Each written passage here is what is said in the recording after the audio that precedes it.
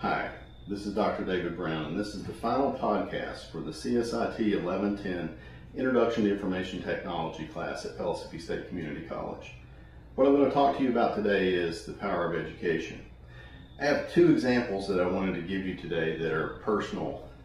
The first one is about this ball. I guess the first time I saw someone using this ball in the way I'm going to show you was at the Transformers Music Festival in Asheville last year. And I saw people doing some odd things with this ball. One of the things was making the ball look like it was remaining stationary when it was obviously moving, which I'm going to demonstrate. Making it look like it was remaining stationary in the palm of their hand.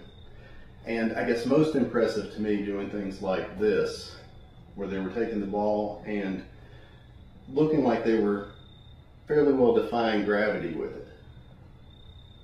I thought there had to be some kind of trick to that, and I wanted to learn what the trick was. So when I came back, I didn't even know what this was called. I do juggle, but I didn't know this was called contact juggling. And I was very impressed with it. So I wanted to learn how to do it. So what I did was, first I searched even to find the name of it.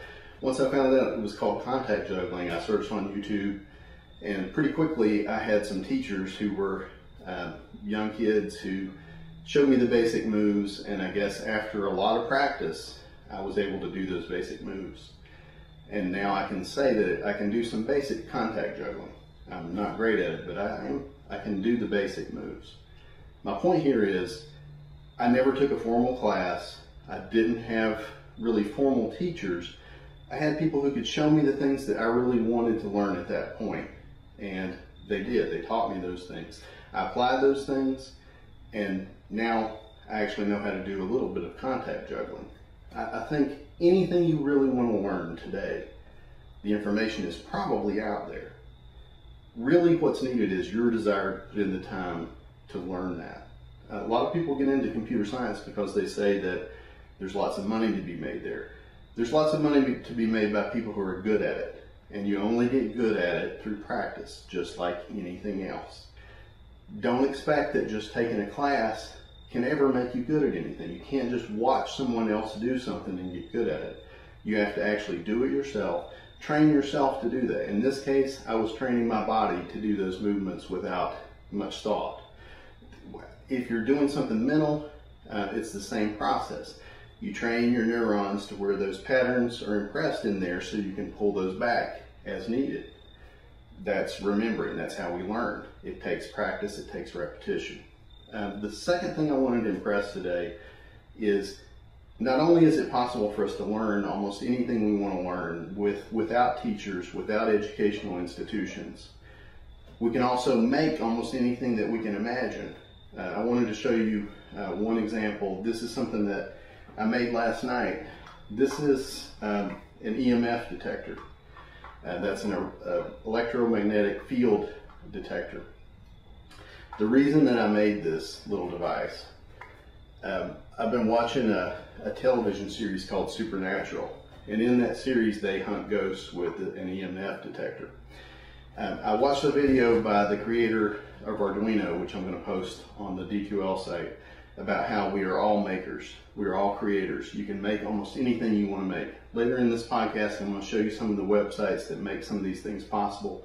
3D printing is available to anybody who wants to do that. You can make your own games. You can make your own t-shirts. You can make anything you want to make. Electronic devices. This is the one I'm going to show you today. What I did was, I'm going to open this up and kind of show you inside of it. I wanted to make an EMF detector like they had on the show. As it turned out, with an Arduino Uno microcontroller, that was a pretty easy task. It really just required me to stick a bare wire into one of the analog pins and then hook a little buzzer to one of the other analog pins and write 2 lines of code and dump it to the controller. This little controller cost me about $25.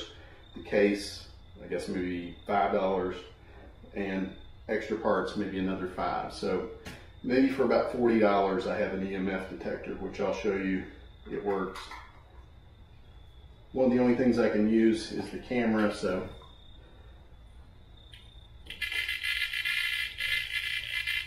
that's basically what it does.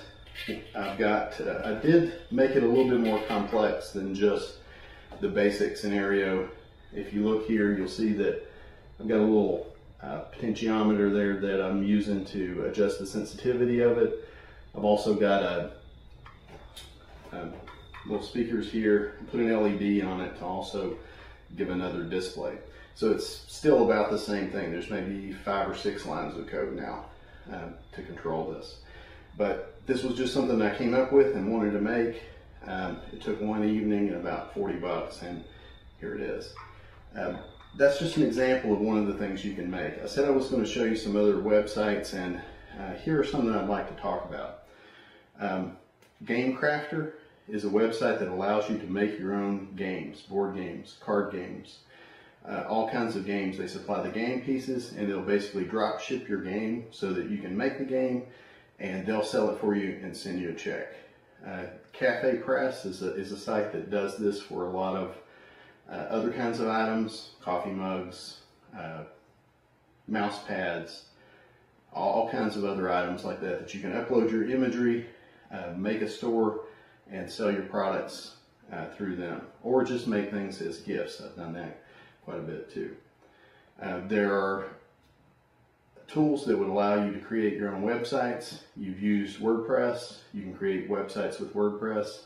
You can also create them with a package called Joomla or other content management systems that would allow you to create websites with very sophisticated features without you having to actually program all of those. Amazon is another site that lets you, you can either be a book reseller through them, or you can actually create your own books and have them sold through Amazon. Amazon will publish your book now. Instructables is a great site. It has a whole lot of plans for various things. One of the most interesting things I saw on here was the plans to make a 3D printer. So you could have your own 3D printer and then use the printer to print anything you wanted to print. We saw some 3D printing early in the semester. Here's a do-it-yourself 3D printer. Make Magazine has lots of plans, easy to follow instructions. They're rated as to how hard each project is that they have listed here. Arduino, like I said, it can be used to make all kinds of electronic devices. I'm happy to say that I'm the proud owner of a new Raspberry Pi computer. This is something that I ordered, I think, about a year ago. It finally came in. It's a $40 computer that includes Ethernet. This is the size of it.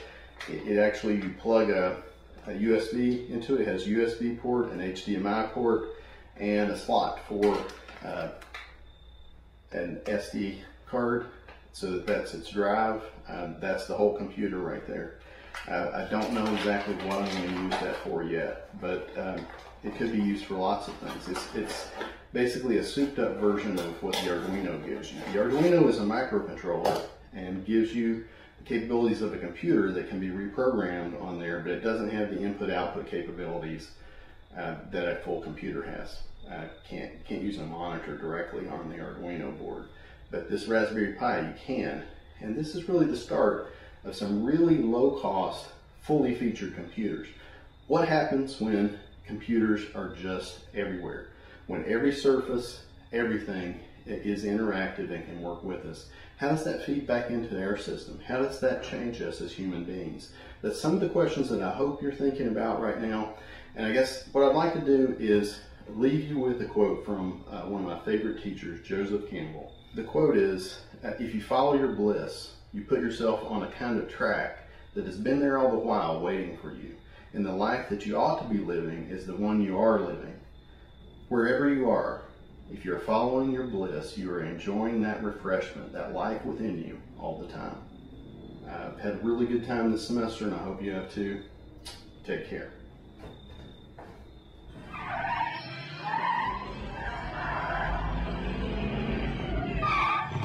Hey, Doc, we better back up. We don't have enough road to get up to 88. Roads? Where we're going, we don't need roads.